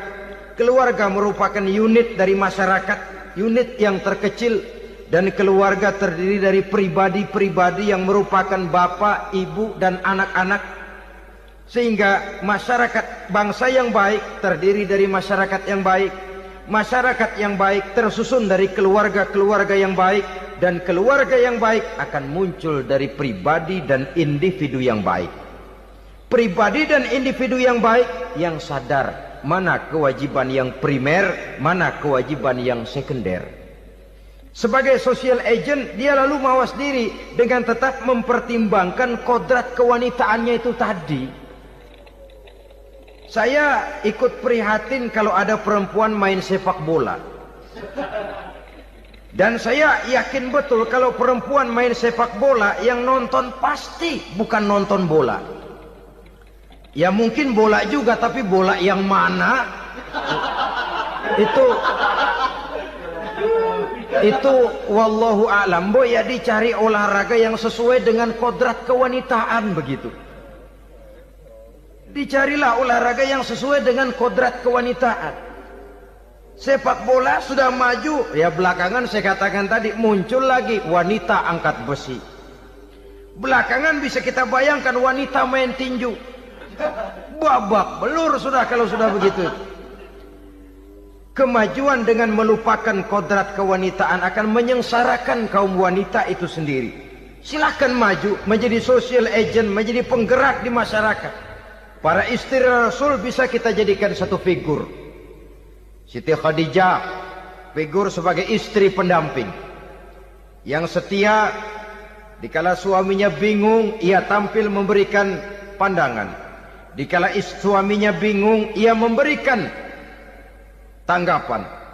Dikala suaminya dimusuhi orang, ia menampakkan kesetiaannya. Kau tidak sendiri bang, aku di sisimu. Dikala jiwanya gelisah ketika pertama kali menerima wahyu berhadapan dengan malaikat Jibril, Khadijah yang menghibur. Kalla ma yukhzikallahu abada. Tidak apa-apa bang, Allah tidak akan menyusahkan kau untuk selamanya. Tenang sajalah, tenang. Abang orang baik-baik, Allah tidak akan menyengsarakan abang. Peran sebagai istri. Dan Rasul mantap. Sehingga bertahun setelah Khadijah wafat, selalu terkenang dan dikenang oleh Rasul. Pernah satu saat beliau itu seperti orang melamun. Aisyah tanya, kok seperti ngelamun bang? Iya, kata Rasul, saya seperti mendengar suara terompahnya Khadijah di surga. Padahal Khadijah sudah lama wafat. Aisyah mendengar itu rada sedikit manyun. Kata Aisyah, bang, cukup sekali ini saja, jangan sebut-sebut lagi nama itu ya. Cemburu rupanya. Ya soal cemburu sih nggak bini Nabi, nggak bini kita, namanya cemburu. Perempuan mesti ada. Apa jawab Rasul? Ya Humairah, Aisyah, haruskah saya melupakan seseorang yang dikala orang lain memusuhi saya, dia mati-matian membela saya? Kamu orang Islam bukan? Bukan. Pantas. Kenapa saya salah? Dia bilang. Ya jelas salah. Salahnya di mana? Kamu ini manusia. Kalau hidup cuma dari tangan ke mulut, saya bilang kambing di kampung saya juga begitu pikirannya, Ner. Itu kambing di kampung saya, asal perutnya kenyang sudah hidup dia. Perkara besok bagaimana, lusa prospeknya macam mana, bulan depan ada apa, kambing nggak pernah mikir. Di kampung saya kambing juga pikirannya begitu. Kamu Kristen ya? Tadinya. Loh kok tadinya, lalu apa sekarang kamu ini? Dia bilang sekarang saya netral. Saya tidak beragama, tapi saya percaya kepada Tuhan sebagai pencipta alam. Assalamualaikum warahmatullahi wabarakatuh. Waalaikumsalam warahmatullahi wabarakatuh. Alhamdulillah. Wassalatu wassalamu ala sayyidina Rasulillah Sayyidina wa maulana Muhammad ibn Abdullah wa ala alihi wa sahbihi wa mawala. La hawla wa la quwwata illa billah, amma ba'du. Bapak-bapak, ibu-ibu, saudara-saudara kaum muslimin rahimakumullah. Di dalam kehidupan kita sebagai seorang muslim, minimal 5 kali dalam sehari semalam kita mendengar seruan untuk mendirikan solat yang disebut azan. Ada kalimat menarik di dalam kalimat azan itu, yakni seruan hayya 'alal falah, marilah menuju kepada keberuntungan, marilah meraih kemenangan. Seruan ini adalah kecenderungan dari setiap manusia, apapun warna kulitnya. Artinya, setiap orang dalam hidup selalu ingin meraih dan mencari kemenangan. Kemenangan akan melahirkan kepuasan batin, dan kepuasan batin memberikan kebahagiaan. Sedangkan kekalahan melahirkan penderitaan batin, dan penderitaan batin menjerumuskan seseorang di dalam berbagai bentuk kerugian. Jikalau inilah seruan azan, maka masalahnya ialah apa yang menyebabkan kita meraih kemenangan. Al-Quranul Karim memberikan tuntunan dan ajaran kepada kita bahwa orang-orang yang memperoleh kemenangan itu tidak lain adalah orang-orang yang bertakwa. Hanyalah mereka yang bertakwa kepada Allah Subhanahu wa ta'ala pada akhirnya akan tampil sebagai pemenang. Lalu siapa orang yang bertakwa itu? Dijelaskan dalam awal-awal Al-Baqarah, orang yang bertakwa yang akan meraih kemenangan. Pertama, allazina yu'minuna bil ghaib, yaitu orang-orang yang beriman kepada yang gaib, percaya bahwa ada alam yang gaib, alam yang abstrak, alam yang tidak bisa dijangkau oleh salah satu daripada panca indera kita. Mereka percaya dan beriman kepada adanya malaikat, beriman kepada adanya iblis dan jin, beriman kepada adanya alam kubur, beriman kepada adanya alam mahsyar, beriman kepada adanya alam akhirat, beriman kepada adanya surga dan neraka, Beriman bukan cuma sekedar beriman dalam ucapan bibir saja, tetapi beriman yang nilai iman itu mampu mewarnai gerak dan gaya hidupnya. Iman yang meresap sampai ke tulang sumsum, kemudian memberikan dampak positif di dalam kehidupan manusia. Alam, kita tahu, adalah sesuatu yang selain Allah. Dan Allah bukanlah alam. Apapun namanya selain daripada Allah, itu adalah alam. Alam pada hakikatnya terbagi menjadi dua. Ada alam syahadah, alam nyata, alam konkret, alam yang bisa dijangkau oleh salah satu indera kita. Kemudian ada alam ghaib, alam yang tidak bisa dijangkau oleh panca indera kita, alam metafisika, alam abstrak, alam yang wajib kita imani keberadaannya. Kita percaya bahwa malaikat itu ada. Kita percaya kepada jin, bahwa jin itu ada. Kita percaya kepada adanya iblis dan setan. Bukan percaya kepada iblis dan setannya, percaya bahwa iblis dan setan itu ada. Itu termasuk salah satu daripada sifat orang yang bertakwa kepada Allah.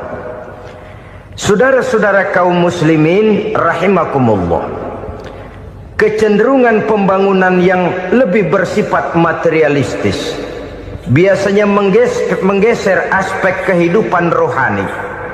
Orang berpikir empiri, dan dalam pola pikir yang demikian maka alam gaib tidak lagi mendapat perhatian. Aspek kehidupan yang bersifat rohaniah malah mulai ditinggalkan. Akibatnya terjadilah kepincangan di dalam kehidupan kita. Pernah ada satu pengalaman pribadi dalam perjalanan kembali ke tanah air. Dalam pesawat di sebelah kanan saya duduklah seorang Jerman namanya Heiner Simonsen. Iseng saya ajak kenalan, saya ajak ngobrol, saya tanya dia. Saya bilang, Mas Heiner ini,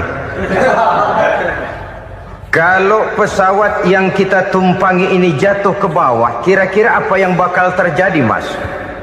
Dia bilang, kita semua akan mati. Begitu? Iya. Oke. Apa itu mati? Tanya saya. Dia bilang, untuk tahu apa itu mati, kita harus tahu lebih dahulu apa itu hidup. Saya pikir nih bule bisa ngomong juga. Baiklah kata saya. Apa hidup menurut Anda itu? Oh, hidup itu dia bilang, kalau seluruh anggota badan kita bekerja secara normal, paru-paru memompa darah secara normal, jantung berdetak secara normal, sel-sel tubuh bekerja secara fit, dan organisme tubuh hanya mau bekerja secara normal, dia bilang, kalau kita memberi makan yang cukup, menu yang teratur, dan gizi yang lengkap.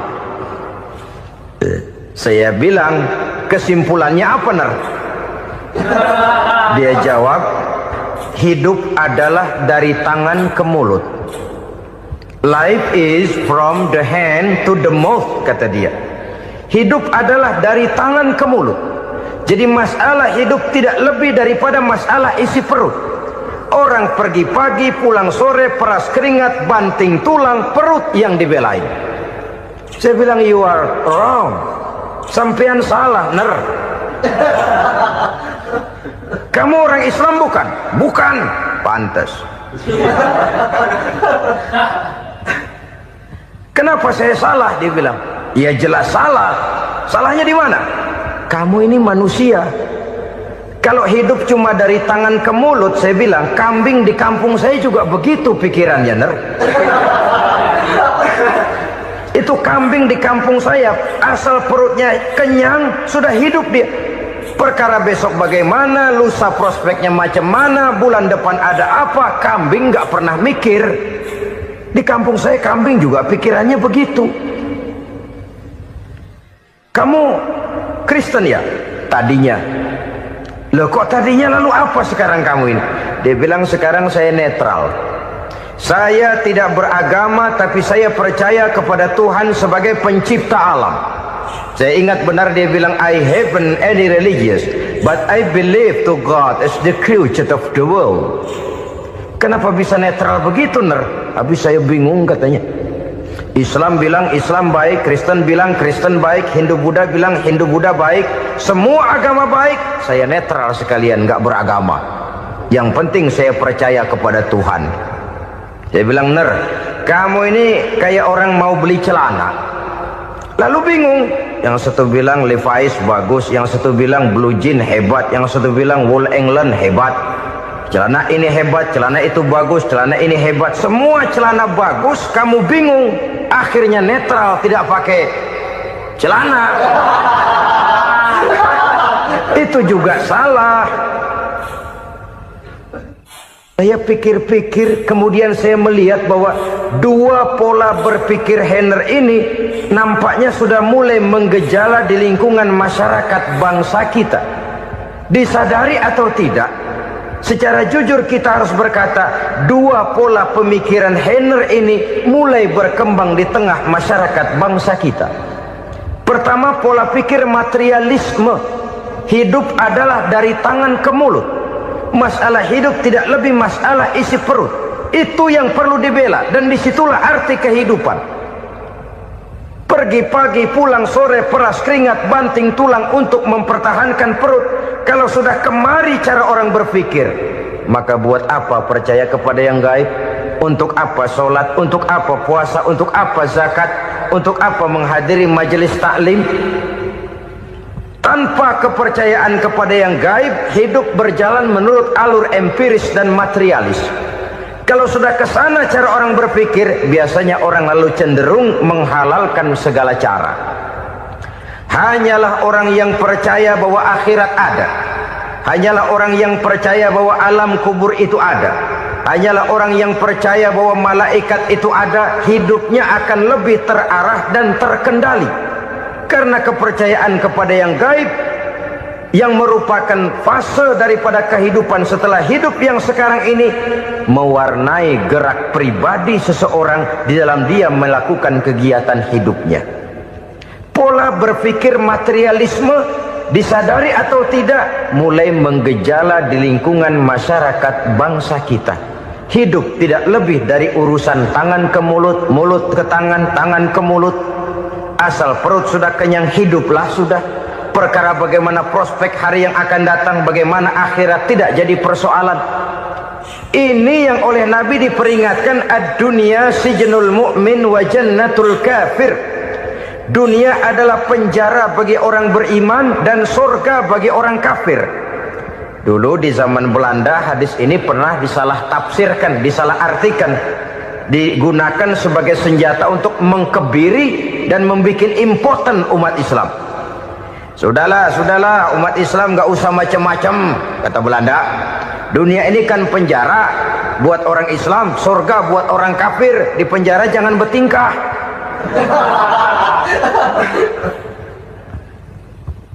Pengertiannya tidak begitu. Dunia adalah penjara bagi orang mukmin. Artinya dalam kehidupan dunia seorang mukmin tidak bebas memperturutkan hawa nafsunya. Di penjara hawa nafsunya itu. Sebaliknya surga bagi orang-orang kafir.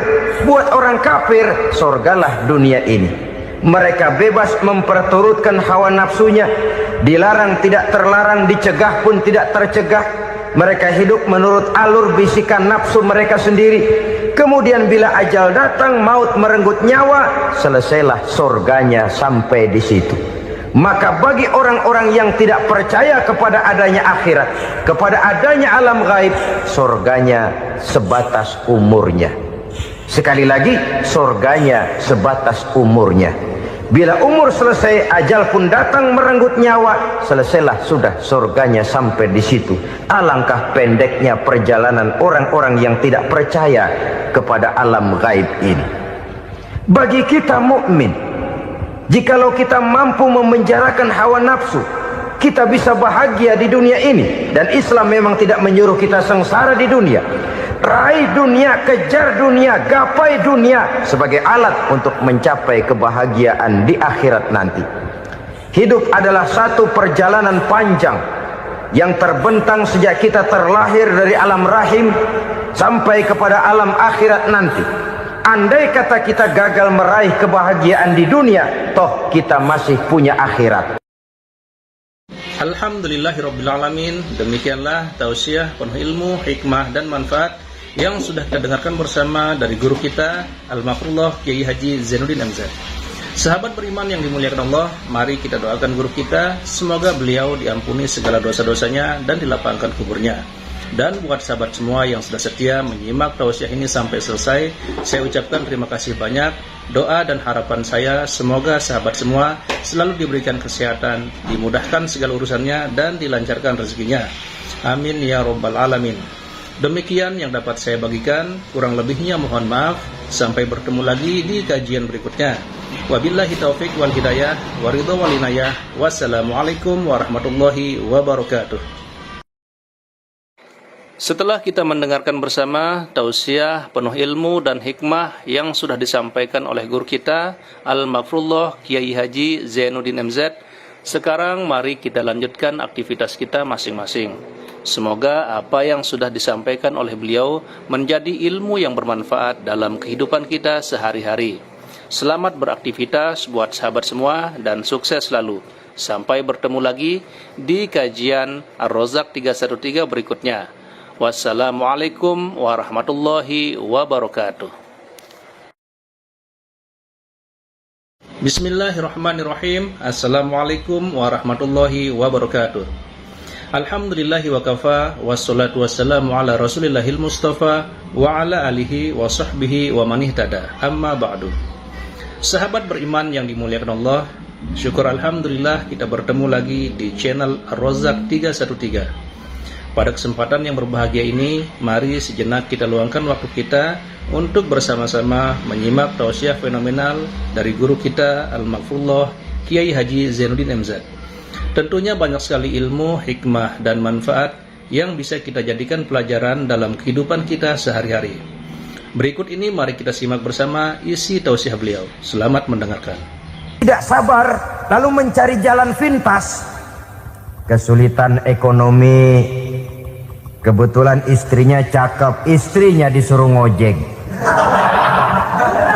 Dah lu ngojek aja deh, gue nungguin setoran dah. Suami tapak di rumah. Saudara hadirin yang saya muliakan, buat sepintas memang mendatangkan materi itu mengatasi kesulitan ekonomi, tapi apakah bahagia? Walaupun rumah bisa jadi besar, perabotan bisa serba lebih lengkap dan ada, tapi apakah semuanya mendatangkan bahagia? Sementara suami kehilangan rasa cemburunya, dan dalam agama itu disebut dayus. Dayus, suami yang tidak punya rasa cemburu kepada istrinya. Dan orang dayus kayak begitu haram mendapat bau sorga. Bau sorga saja tidak dapat, apalagi masuk ke dalamnya. Ya tapi juga jangan lantas mentang-mentang harus cemburu sama istri, overacting. Suaminya nawar sayuran, laki pulang ngomel, lu pacaran ya sama tukang sayur. Itu juga over, saudara-saudara. Kesulitan ekonomi diatasi dengan sabar. Sabar dalam arti berusaha dengan tidak mengambil jalan pintas, berusaha tetap berada di jalan yang diridhoi oleh Allah. Ini yang jadi problema ini rumah tangga sekarang ini, kesulitan ekonomi, di mana lapangan kerja sulit, di mana persaingan hidup tajam, sedangkan kita hidup ingin seperti orang lain. Kita mudah gelap mata, mudah picik pandangan, mudah sulit pertimbangan, lalu mengambil jalan pintas. Kadang menjual akidah, menjual keimanan.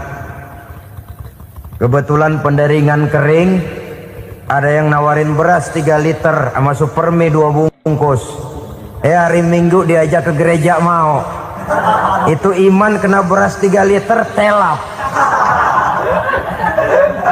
kesulitan ekonomi, saudara-saudara, sehingga Imam Ali pernah berkata, kadal fakru ayyakuna kufran. Kemiskinan memang mudah membawa orang kepada kekafiran, kepada perbuatan-perbuatan yang bisa mengundang kekafiran. Oleh karena itu, dalam tamsil lain beliau berkata, kalau ada ular dan ada kemiskinan, kemiskinan yang saya getok lebih dulu, kemiskinan yang saya bunuh lebih dahulu. Karena kemiskinan mudah membawa orang kepada kekufuran. Bagaimanapun sulitnya ekonomi yang dihadapi dalam rumah tangga, percayalah satu saat jalan keluarnya mesti ada. Mesti ada. Jangan sampai mengambil jalan pintas yang membuat kita keluar dari jalan yang ditinjau dari segi kemasyarakatan pun mendatangkan aib, ditinjau dari kehormatan berkeluarga pun mendatangkan nista, ditinjau dari segi ekonomi pun barangkali tidak akan mendatangkan kelimpahan materi. Jalan pintas pada umumnya, saudara-saudara, hanya memberikan kenikmatan yang sekejap. Dan apalah itu artinya kalau harus mengorbankan kesenangan yang abadi dan kekal. Kadang-kadang mengorbankan anaknya sendiri, anaknya dikomersilkan. Pokoknya siapa yang nyamper lu berangkat aja dah. Asal pulang neng-teng pisang sama jeruk sebongsang, orang tua udah anteng aja udah.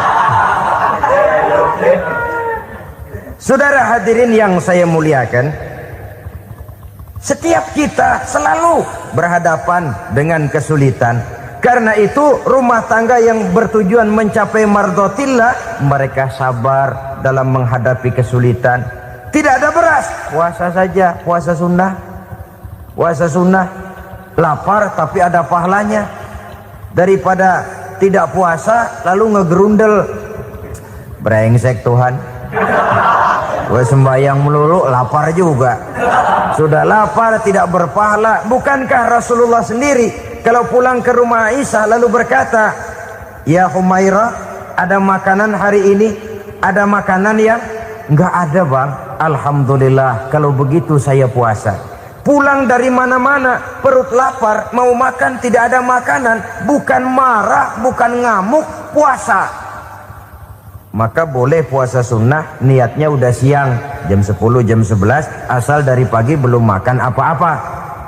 Niatnya jam 10, sah, dengan catatan dari pagi belum makan apa-apa.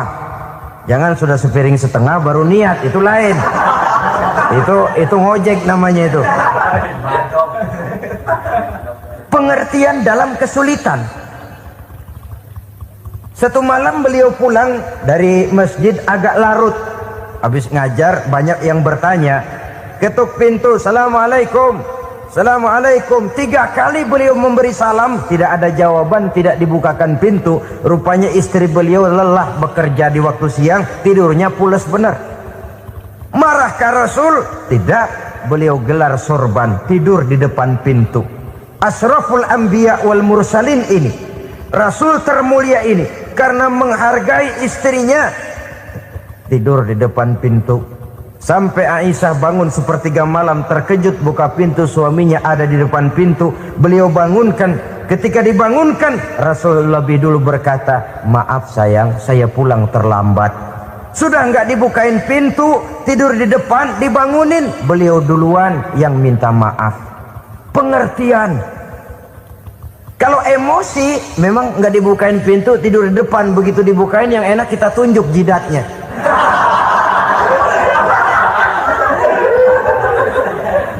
Saudara hadirin yang saya muliakan, kesulitan di dalam kehidupan merupakan bagian daripada kehidupan. Bukan untuk ditakuti, tapi untuk diatasi. Bukan untuk dihindarkan, tapi dicarikan jalan keluarnya. Hadapilah kesulitan dengan baik sangka kepada Allah, dengan lapang dada, dan dengan tetap bersabar menghadapinya. Kenapa? Karena tujuan kita mendirikan rumah tangga, mencapai ridho Allah. Kalau anak kita perjualbelikan, kalau istri kita komersilkan, kalau akidah kita jual untuk mempertahankan rumah tangga, bukankah makin jauh saja rumah tangga itu dari ridho Allah? Ini tujuan utamanya. Yang ketiga, rumah tangga yang bertujuan mardhatillah itu suami istri yang merupakan fondasi di rumah tangga, suami sebagai pemimpin, istri sebagai pembina, selalu musyawarah dalam menyelesaikan persoalan. Walaupun istri ditakdirkan sebagai pemimpin dan suami sebagai pemimpin dan istri yang dipimpin, tapi agama menganjurkan musyawarah. Jangan mentang-mentang istri nyari duit, suami nyari duit, lalu menteleng. Segalanya mau diktator, segalanya mau sendiri. Rumah tangga yang bertujuan mencapai ridho Allah selalu didirikan atas dasar musyawarah. Sehingga apabila sesuatu itu dihasilkan dari suasana musyawarah, tidak akan melahirkan penyesalan di belakang hari. Kalau tidak, berjalan menurut seleranya masing-masing, belakangan timbul penyesalan, akhirnya main salah menyalahkan. Kalau sudah saling salah menyalahkan, itu artinya sudah saling mengungkit kekurangan masing-masing. Akibatnya tidak ada lagi saling menghargai. Jadi dengan demikian musyawarah di dalam menyelesaikan persoalan, menghadapi kesulitan ekonomi musyawarah, menghadapi kenakalan anak musyawarah, akan membeli ini dan itu sebaiknya juga musyawarah. Kalau merupakan hasil musyawarah, maka saudara-saudara hasilnya pun akan dihadapi oleh bersama. Enak rasakan bersama, tidak enak rasakan bersama. Kenapa? Tadinya musyawarahnya bersama-sama juga. Lah kalau hasil sendirian, giliran enak mungkin yang satu mau ikut, giliran tidak enak yang satu nuding, gua kata juga apa? Kan begitu akibatnya kalau tidak berdasarkan musyawarah lebih dahulu. Maka insya Allah hasil musyawarah ini setidaknya tidak akan mendatangkan sesalan di belakang hari nantinya. Saudara-saudara kaum muslimin rahimakumullah, ciri yang keempat, sepasang suami istri yang bertujuan mencapai ridho Allah dalam upaya mencapai rumah tangga bahagia itu tawakal apabila mempunyai rencana. Tawakal berserah diri kepada Allah. Bukan berserah diri dalam artian mutlak yang mengarah kepada fatalism atau predestination. Kita sering mengartikan tawakal secara salah. Belum apa-apa sudah menyerahkan diri kepada Allah. Emang semuanya terjadi menurut maunya Allah dah. Gak usah ngapa-ngapain, bagaimana Tuhan aja dah. Lapar juga nggak usah makan, kalau takdirnya kenyang pan kenyang. Ya udah lapar terus kita. Makan dulu perkara nanti kenyang apa tidak, itu baru tawakal. Kalau sakit ke dokter, soal sembuh atau tidak baru tawakal. Artinya usaha itu ada. Setelah suami berusaha, istri berusaha, selebihnya tawakal. Apa perlunya tawakal? Apabila berhasil tidak lupa daratan, apabila berhasil tidak lupa diri, apabila gagal tidak putus asa. Sehingga dengan demikian dari tawakal ini lahirlah pondasi yang kokoh membina rumah tangga yang bahagia dalam upaya mencapai keridhaan daripada Allah Subhanahu wa taala. Apapun yang kita laksanakan di rumah tangga, tujuan intinya tetap untuk mencapai keridhaan Allah. Beli kendaraan untuk mencapai ridho Allah, lalu dipakai ngaji, dipakai ke masjid dan sebagainya. Beli peralatan rumah tangga untuk mencapai ridho Allah. Mendidik anak untuk mencapai ridho Allah. Membantu keluarga untuk mencapai ridho Allah. Dan begitu selanjutnya. Tawakal apabila mempunyai rencana. Kemudian cirinya yang kelima, suami istri yang bertujuan mencapai ridho Allah selalu mempererat silaturahmi. Sebab seperti sudah saya sampaikan pada pertemuan terdahulu, dalam berumah tangga itu ada orang tua, ada mertua. Itu cuma perbedaan istilah, tapi hakikatnya adalah sama. Jangan karena perbedaan istilah lalu menyebabkan kita berbeda sikap. Kalau sudah berbeda sikap, tentu akan melahirkan perasaan yang tidak simpatik. Sebaiknya suami istri kalau sudah berumah tangga, jadikanlah orang tua tempat cerita yang enak saja. Yang tidak enak telan berdua, yang pahit rasakan berdua, kesusahan dan kesulitan atasi berdua. Giliran enak ngomong sama orang tua, giliran senang cerita sama mertua. Sekarang kan kita balik, Kalau lagi senang duitnya banyak, anteng di rumah, kalem aja. Tapi lalu waktu susah, Pak, waktu susah, Ma, cerita kepada orang tuanya, cerita kepada mertuanya. Lalu kapan kita mau menyenangkan orang tua?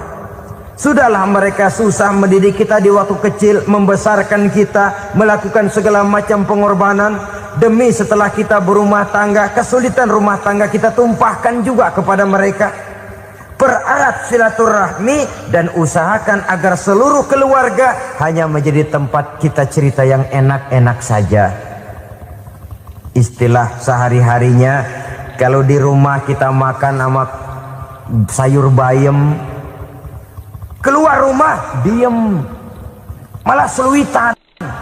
Tetangga tanya, lu makan kayaknya enak banget apa sih? Daging ayam.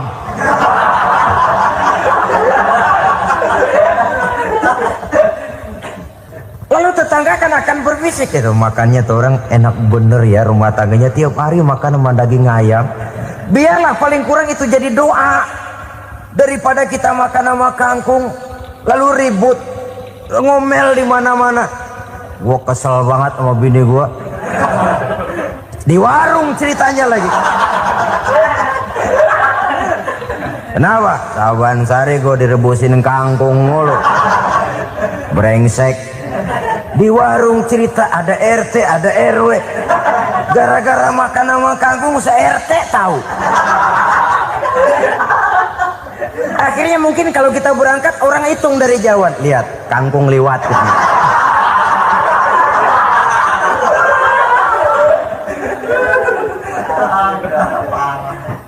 Bisa menjaga yang disebut security informasi, rahasia rumah tangga. Bahkan pernah saya berikan contoh karena ingin menghargai. Suami beliin kain batik buat istrinya. Istri tahu begitu sepintas, nih kain jelek nih. Tapi karena mau menyenangkan suaminya, dia bohong. Bagaimana Bu, kain yang Bapak beliin? Aduh, bagus bener Pak. Bagus sekali itu kain. Warnanya Pak emang yang model begitu tuh. Tetangga kita mana ada yang pakai kain begitu Pak? Ya emang nggak ada, jelek. Menghargai. Sebab kalau waktu itu si istri jujur, yang timbul sakit hati suami. Bagaimana Bu kain yang saya beliin? Goblok lo. Kain begitu dibeliin di pasar juga banyak, 1.400. Campur odol lagi. Sudahlah, suami punya niat baik, sampai rumah digoblok-goblokin, tidak ada lagi rasa saling menghargainya. Masya Allah, sangat luar biasa tausiah yang sudah disampaikan oleh guru kita Al-Mafrullah Kiai Haji Zainuddin MZ. Sahabat beriman yang dimuliakan Allah, tetaplah di channel ini karena kajian ini belum selesai dan masih banyak lagi hal-hal menarik yang akan disampaikan beliau. Selamat mendengarkan. Begitu pentingnya mempererat silaturahmi ini sampai Nabi berpesan, isnani la yanzurullahu ilaihima yaumal qiyamah qati'ur rahim wa jarus su'. Ada dua golongan manusia yang di akhirat nanti tidak akan dilihat oleh Allah, tidak akan diopeni oleh Allah, didiemin aja. Siapa mereka? Pertama, orang yang suka memutuskan silaturahmi. Yang kedua, tetangga yang jahat dengan tetangganya. Dua golongan manusia ini, pemutus silaturahmi, kemudian juga tetangga yang jahat dengan tetangganya, ini tidak akan dipandang oleh Allah di hari akhirat nanti. Jadi pererat silaturahmi, sebab kita ini zon politiken, makhluk yang bermasyarakat, yang tidak bisa hidup sendirian. Setiap kita memerlukan orang lain. Kita disebut kaya karena ada yang miskin, kita disebut alim karena ada yang awam, kita disebut berkuasa karena ada rakyat jelata. Tanpa rakyat tidak ada penguasa, tanpa yang miskin tidak ada orang kaya. Kalau tidak ada yang jelek, siapa yang bilang cakep? Karena ngimbangi. Saudara hadirin, atas dasar ini mestinya kita selalu bersyukur dalam segala posisi, tidak lalu salah terima kepada karunia yang diberikan Allah kepada kita.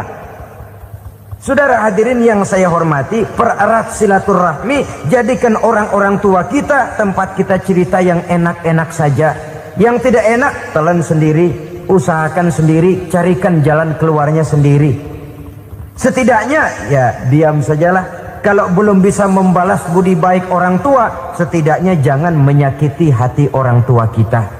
Sudah lelah dan payah dia mengasuh kita, membesarkan kita, merawat kita. Demi setelah kita berumah tangga, seluruh kesulitan kita bawa lagi kepadanya. Karena itu buat para istri juga ini perhatian. Kalau dimarahi suami, jangan cepat-cepat pulang ke rumah orang tuanya. Nggak boleh diomelin dikit, main buntal aja. Gua pulang dah. Pulang. Sampai sana cerita habis-habisan, dikucek kejelekan suaminya. Nanti 2-3 hari balik aja lagi. Kan nggak lucu jadinya. Saudara hadirin, begitu juga suami. Mencaci maki habis istrinya, 2-3 hari bayar aja lagi. Konyol, istrinya sudah dicaci maki habis-habisan, dijeleki leluhur-leluhurnya, 2-3 hari baik lagi, mesraan lagi. Kata bininya dalam hati, gua lu jelekin juga, lu pakai juga, payah.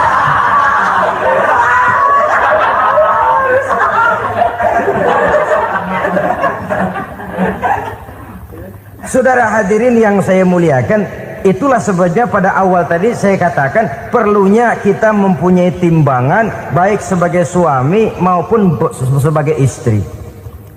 Nah, dari mempererat silaturahmi ini akan terjalin rasa kekeluargaan. Maka tradisi arisan keluarga itu bagus sesungguhnya untuk mempererat silaturahmi. Cuma celakanya bukan silaturahmi yang jadi tujuan, arisannya itu yang jadi tujuan. Akibatnya apa? Kalau belum narik mah semangat banget datang dah. Begitu udah narik aja udahan. Itu celakanya. Akhirnya silaturahminya jadi nomor 2, arisan semata-mata yang menjadi tujuan. Sesungguhnya itu bagus untuk mempererat silaturahmi. Karena kalau kita dengan kita sesama saudara sudah tidak saling mau mengenal, bagaimana dengan anak-anak kita? Bagaimana dengan cucu-cucu kita? 2-3 generasi yang akan datang tentu akan lebih saling tidak mengenal lagi. Baiklah ya, yang keenam, suami istri yang bertujuan untuk mencapai keridhaan Allah itu selalu berusaha tolong menolong di dalam kebajikan. Sebab Allah pesankan itu di dalam Al-Maidah ayat 6, wa ta'awanu 'alal birri wat taqwa wa la ta'awanu 'alal itsmi wal 'udwan. Bertolong-tolonganlah kamu di dalam kebaikan, di dalam bertakwa kepada Allah. Jangan bertolong-tolongan di dalam maksiat, di dalam dosa, dan di dalam usaha yang menimbulkan permusuhan. Kalau suami marah kepada seseorang, istri jangan ngipasin. Oh bang, yang begitu mah dibayain tuman. Udah habisin aja dah. Anak-anaknya marahin sekalian. Ngipasin. Istri kesel sama tetangganya, suami ngipasin. Emang tuh tetangga kita, hahu. Habis orang dikipasin. Ta'awanu 'alal birri wat taqwa, bertolong-tolonganlah di dalam kebaikan. Istri malas ngaji, suami mendorong, memberikan sugesti. Suami malas berusaha, istri memberikan sugesti. Saling tolong menolong di dalam kebaikan dan takwa, dan jangan tolong menolong dalam dosa dan permusuhan. Kata suami, Bu, daripada kita melarat terus hidup, kita piara tuyul yuk. Kata istrinya, nah ini sudah menyimpang bang. Bersabarlah, bagaimanapun insya Allah kita tidak akan mati kelaparan. Piara tuyul itu nanti jadi pindah akidah, merusak iman, berteman dengan setan.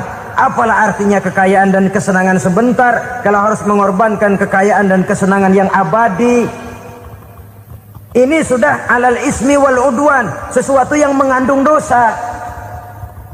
Saudara hadirin yang saya hormati, kemudian yang keenam, berbaik sangka. Baik suami maupun istri sama-sama saling berbaik sangka. Suami melepas istri, istri melepas suami dengan hati yang ikhlas. Suami meninggalkan istri di rumah dengan jiwa yang bersih dan rasa yang aman. Ada rasa baik sangka, dan ini modal dasar. Kalau sudah dilandasi oleh buruk sangka, tentu yang lahir nanti adalah perasaan-perasaan yang tidak baik. Akibatnya sangat tidak menguntungkan. Inilah beberapa ciri dari rumah tangga yang didirikan atas dasar mardhatillah, mencapai keridhaan dari Allah. Nanti akan menyusul tujuan berikutnya, diantaranya mendapat keturunan, diantaranya lagi mendatangkan gairah untuk lebih berusaha mencari rezeki karena sudah merasa punya tanggung jawab berupa anak dan istri, mempererat silaturahmi. Itu cuma tujuan-tujuan sekundernya saja. Tujuan primernya kita melakukan suatu nikah untuk mencapai keridhaan dari Allah Subhanahu wa taala. Silakan punya istri cantik, kaya, tapi tujuan utamanya kita membina rumah tangga untuk mencapai ridho dari Allah. Karena itu dasarnya mawaddatan warahmah. Jangan cuma cinta, tapi juga kasih sayang. Cinta, kecenderungan kepada jasmani akan berakhir, tapi kasih sayang, kecenderungan kepada rohani, makin tua malah makin erat, makin tua malah makin mesra. Sehingga kadang kita menampak kakek-kakek dan nenek-nenek lagunya kayak pengantin baru. Apa cinta-cintaan? Tidak. Bagaimana kakek-kakek sama nenek-nenek harus bilang I love you? Yang masih ada itu waktu itu mawaddah, kasih dan sayang.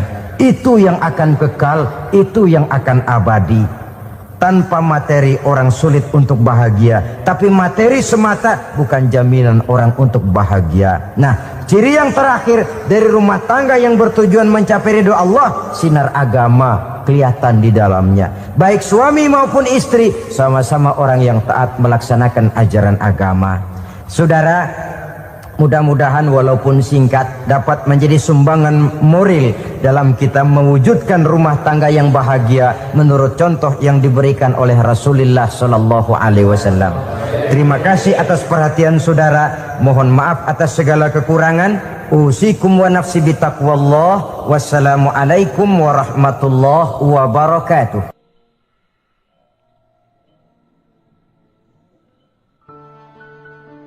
Assalamualaikum warahmatullahi wabarakatuh. Ala alihi wa sahbihi ajma'in, amma ba'du. Saudara-saudara kaum muslimin rahimakumullah, salah satu dari misi Islam ialah mengangkat harkat dan martabat manusia yang sebelumnya dibedakan oleh warna kulit, oleh suku bangsa dan bahasa. Seluruhnya diikat dengan satu akidah, menghilangkan perbedaan akibat warna kulit, suku bangsa dan bahasa.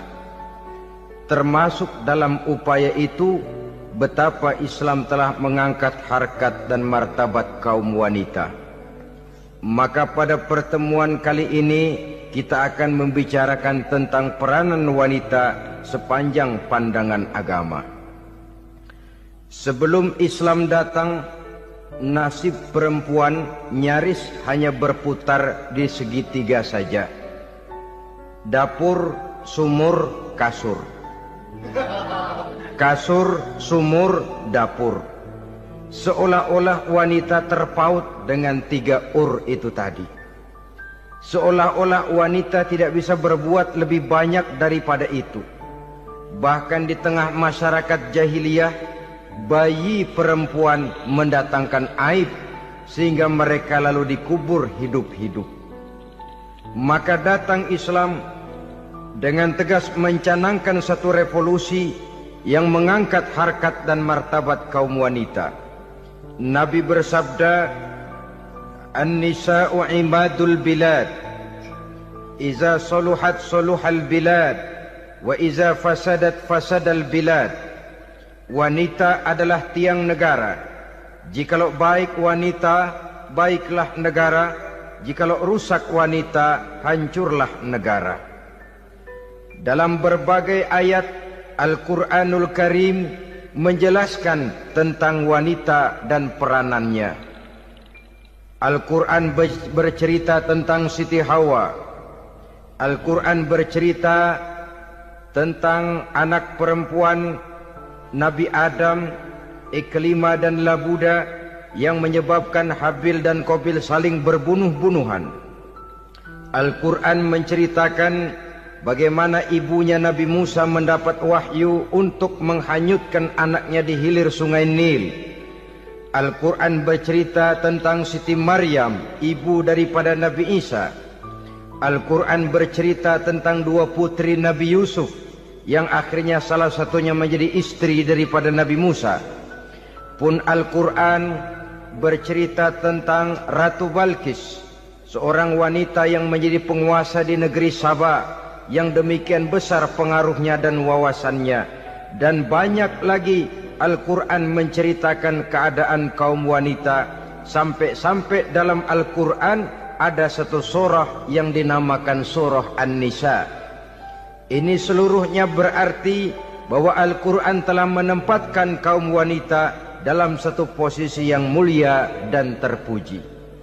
Al-Quran memberikan emansipasi, bahwa wanita berhak mengejar kemajuan sebagaimana halnya kaum laki-laki. Tetapi sungguh pun demikian, Al-Quran tetap memberikan batasan-batasan sepanjang emansipasi itu tidak bertentangan dengan kodrat kewanitaan itu sendiri. Kalau persamaan dan kemajuan, kalau emansipasi dan hak asasi sudah tidak sesuai lagi dengan kodrat kewanitaan, pada akhirnya bukan mengangkat harkat dan martabat kaum wanita, justru malah merendahkan derajat dan martabat kaum wanita itu sendiri. Seperti sebagian besar wanita ini, mereka berteriak menuntut tentang persamaan hak, tapi mereka melupa apa batasan daripada persamaan hak itu sendiri. Sesungguhnya Islam dengan segala konsepsinya yang mengangkat martabat kaum wanita itu, memberikan keleluasaan kepada kaum wanita untuk maju bersama laki-laki sepanjang tidak menginjak-injak kodrat kewanitaan itu sendiri. Kalau sudah sampai kepada menginjak kodrat kewanitaan, maka akan merendahkan martabat kaum wanita. Sebab apa? Secara fisik dan psikis, agaknya memang laki-laki sudah ditakdirkan oleh Allah untuk menjadi pembimbing bagi kaum wanita. Walaupun tidak tertutup kemungkinan wanita tampil sebagai pemimpin, tetapi dari segi fisik biologis misalnya, laki-laki itu diciptakan kekar, kuat untuk memikul dan melaksanakan tugas-tugas yang berat.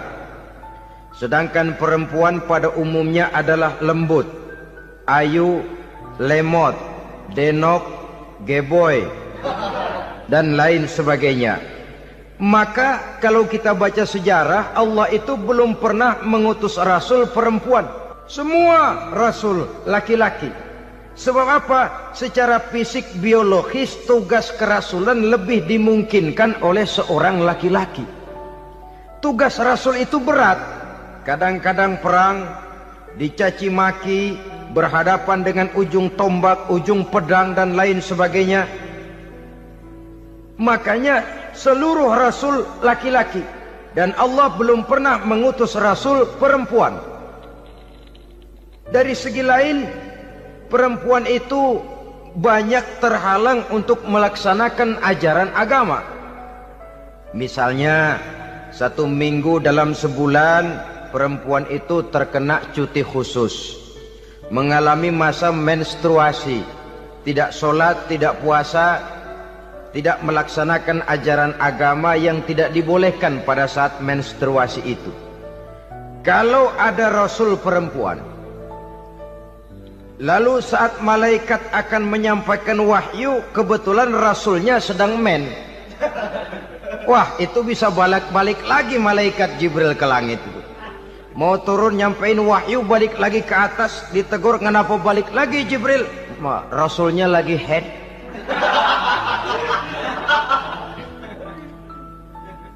Atau pada saat agama dalam bahaya, agama dalam hinaan, agama dalam ancaman, rasulnya perempuan kebetulan sedang hamil besar. Apa lalu perang ditunda? Pengumuman perang ditunda saja sampai rasul melahirkan. Tentu lebih tidak mungkin lagi secara fisik biologis laki-laki lebih memungkinkan untuk melaksanakan tugas kerasulan ini. Maka seluruh rasul yang diutus Allah adalah laki-laki.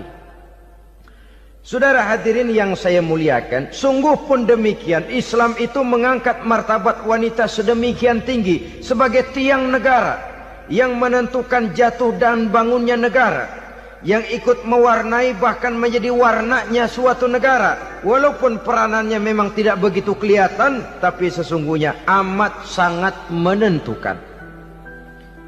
Oleh karenanya secara umum emansipasi yang digariskan oleh Islam, emansipasi yang tidak bertentangan dengan kodrat kewanitaan di berbagai aspek kehidupan.